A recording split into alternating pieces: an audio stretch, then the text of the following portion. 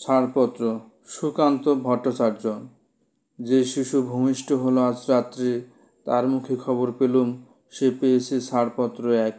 নতুন বিশ্বের দ্বারে তাই ব্যক্ত করে অধিকার জন্মমাত্র সুতীব্র চিৎকারে। খর্বদেহ নিঃসহায়, তবু তার মুষ্টিবদ্ধ হাত উত্তোলিত, উদ্ভাসিত কি এক দুর্বোধ্য প্রতিজ্ঞায়। সে ভাষা বুঝে না কেউ, কেউ হাসে, কেউ করে মৃদু তিরস্কার। আমি কিন্তু মনে মনে বুঝেছি সে ভাষা। পেয়েছি নতুন চিঠি আসন্ন যুগের। পরিচয়পত্র পড়ি ভূমিষ্ঠ শিশুর অস্পষ্ট কুয়াশা ভরা চোখে। এসেছে নতুন শিশু, তাকে ছেড়ে দিতে হবে স্থান।